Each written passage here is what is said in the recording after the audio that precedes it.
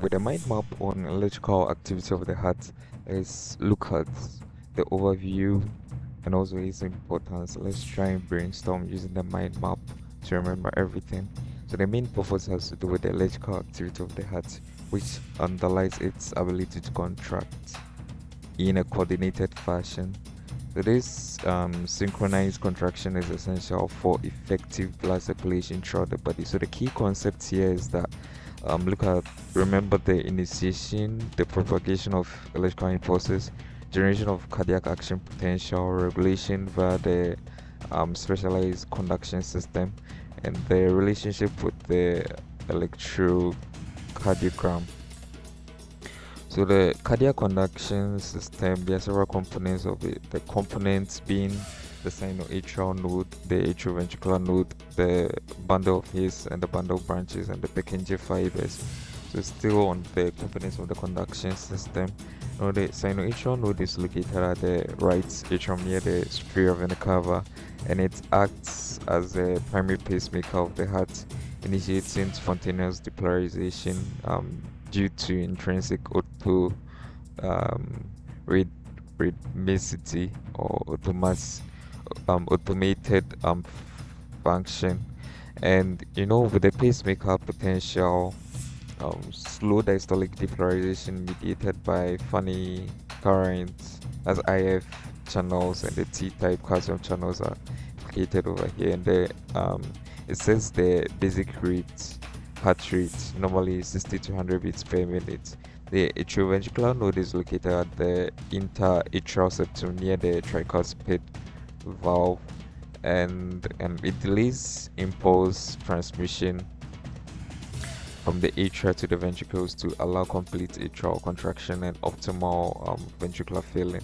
And with its properties, there's lower conduction velocity contributing to the delay, and the secondary pacemaker if the sinoatrial node fails. The bundle of His and the bundle branches located. The bundle of His is located at the atrioventricular nodes inferior split, and it bifurcates into the right and left bundle branches, and it functions to rapidly transmit the impulse from the atrioventricular node to the ventricles. And with the branching, the left bundle branch further divides into anterior and posterior fascicles, ensuring coordinated ventricular contraction. The Purkinje fibers are located um, actually, they are distributed throughout the ventricular myocardium, and its function is simple, just facilitating rapid and uniform depolarization of the ventricular muscle cells. With its features, its high density of gap junctions, which ensures fast impulse propagation. Right. Another aspect we have to look at is the conduction pathway and the timing. So we have the sequential activation and the intercellular communication. With the sequential activation, first the impulse originates from the atrial nodes and then spreads throughout the atrial myocardium, leading to atrial contraction. That is a P wave on the ECG. And there is a is delayed at the atrioventricular node to ensure complete atrial systole, then propagated through the bundle of His, bundle branches, and the Purkinje fibers, culminating in the ventricular contraction, which is a QRS complex. For the intercellular communication, the gap junctions, which are specialized channels at intercalated disc, um, actually enables direct electrical coupling between the cardiac cells. With the cardiac action potentials, first the pacemaker cells, the sinoatrial um, and the atrioventricular nodes.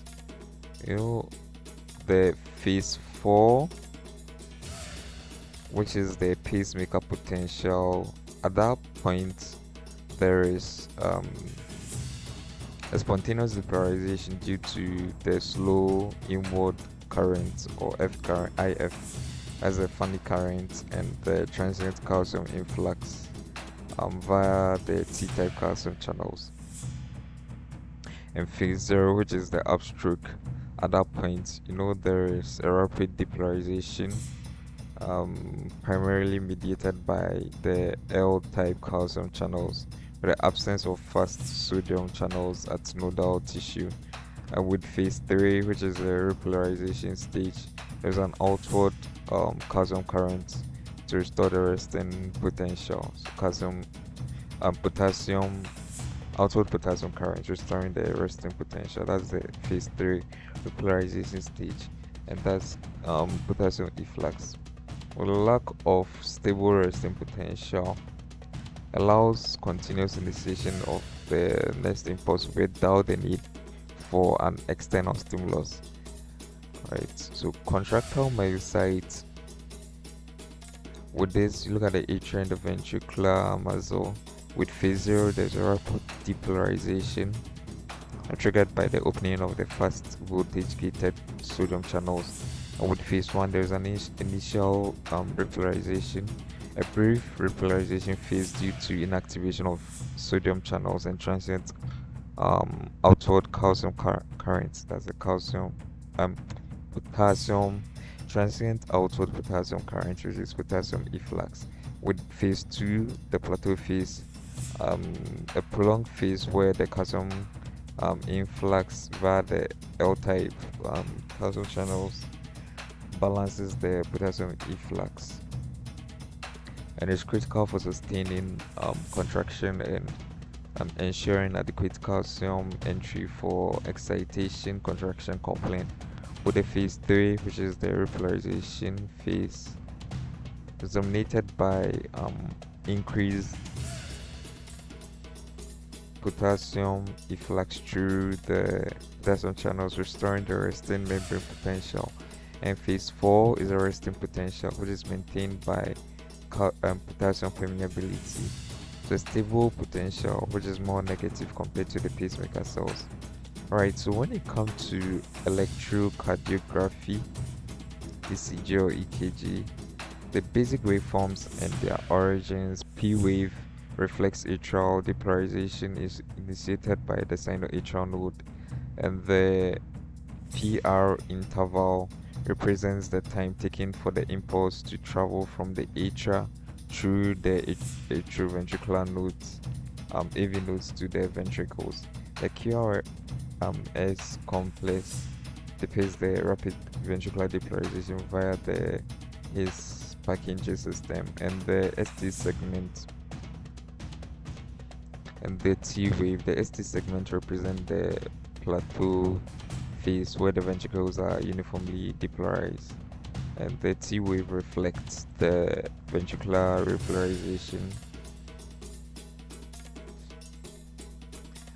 The clinical relevance, actually, when it comes to interpretation of ECG changes, abnormal waveforms or intervals can indicate conduction defect, ischemia, or electrolyte imbalance, and examples include atrial fibrillation, irregular P waves, bundle branch blocks, widened QRS complex, and myocardial infarction, which ST segment elevation or depressions.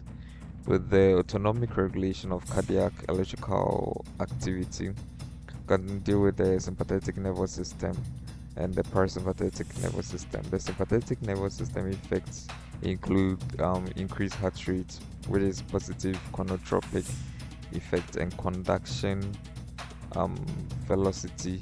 It has to do with positive dromotrophic effect, and enhances contractility, which is a positive inotropic um, effect via the beta 1 adrenergic receptors. So with the mechanisms, catecholamines like norepinephrine bind to receptors, increasing cyclic AMP levels, which in turn enhance the activity of the L-type calcium channels and the IF channels, the funny channels. With the parasympathetic nervous system, its effects, there's actually a decreased heart rate with a negative chronotropic effect, and slow conduction through the AV node, which is a negative dromo trophic effect, and with the mechanisms, acetylcholine release binds to muscarinic receptors, activating potassium channels and hyperpolarize um the, when it activates the potassium channels, it in turn hyperpolarizes the cell and inhibits calcium influx. With the electro physiological principles and electrical and clinical implications, the refractory period of the absolute and the relative refractory periods. With the absolute refractory period, there is a period during which no new action potential can be initiated in ensuring unidirectional propagation of the impulse, and the relative refractory period, a subsequent period where a stronger than normal stimulus can initiate a new potential. For the conduction blocks and arrhythmias, the types of conduction abnormalities varies. So when it comes to sinus node dysfunction, alteration in the sinoatrial node leads to bradycardia or tachycardia. The AV block, impaired conduction through the AV node results in delayed or dropped beats. At a bundle branch block, disruption in the conduction along the right or left bundle branches leading to asynchronous ventricular contraction occurs, and also ectopic pacemakers that are sites outside the sinoatrial node generating impulses and potentially causing arrhythmias such as premature ventricular contractions. For the clinical interventions, the diagnostic tools, of course, ECG, electrocardiogram, that's a non-invasive tool for diagnosing electrical conduction abnormalities. With the electrophysiological studies, invasive mapping techniques to localize abnormal conduction pathways. Two, with the therapeutic measures, pharmacotherapy, which the use of antiarrhythmic drugs to modulate conduction properties, and with the implantable devices, pacemakers, and defibrillators for managing life-threatening condition or conduction abnormalities. So, in summary, and also looking at the integration, electrical impulse generation is initiated in the sinoatrial node with automaticity or autorhythmicity driven by specialized ion channels. Conduction pathway is a hierarchy structure. Sinoatrial node to atrioventricular node bundle of Purkinje fibers, which ensures the rapid and coordinated contraction of the atrial ventricles, and also action potential variations where nodal cells and contractile myocytes have distinct um, action potentials adapted to the functions. With the regulation and modulation, the autonomic nervous inputs um, finally fine tunes the heart rate and conduction, adapting to physiological demands. And with the clinical relevance, understanding these mechanisms is so critical for diagnosing and treating various cardiac arrhythmias and conduction disorders.